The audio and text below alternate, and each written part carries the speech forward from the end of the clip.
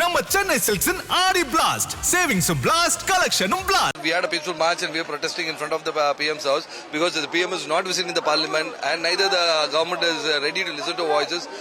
The house getting adjourned. Yesterday the students who got beaten. Today our MPs of the opposition have been dragged by the police.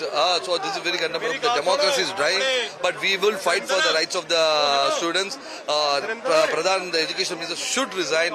The Prime Minister should give a reply, and we should have a discussion on this system in the parliament. And also, since the day that Sonam Wangchuk has been put to the hospital, a lot of things have changed, whether it be yesterday and now today, Congress also protesting in full throttle.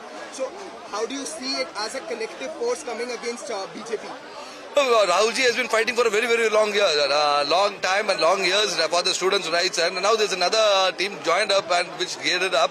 So Rahulji is always fighting for the students' rights and the education rights, and this is what has happened. The NEET has killed many people, and the paper leak is answerable because many people have lost their lives and their profession. So we demand a resignation. Are you expecting any answers when the parliament will reopen because it has been detained now? Now we are talking to the BJP government, so we can't expect a reply neither soon or let's see whether they'll reply to the democracy. We had a peaceful march and we are protesting in front of the PM's house because the PM is not visiting the parliament and neither the government is ready to listen to voices.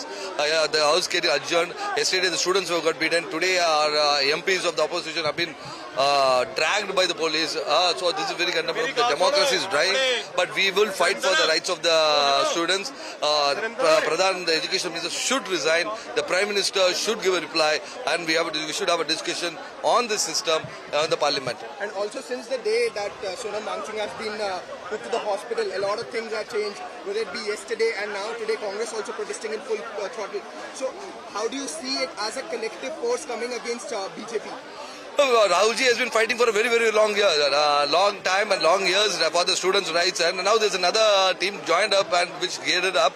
So Rahulji is always fighting for the students' rights and the education rights, and this is what has happened. The NEET has killed many people, and the paper leak is answerable because many people have lost their lives and their profession. So we demand a resignation.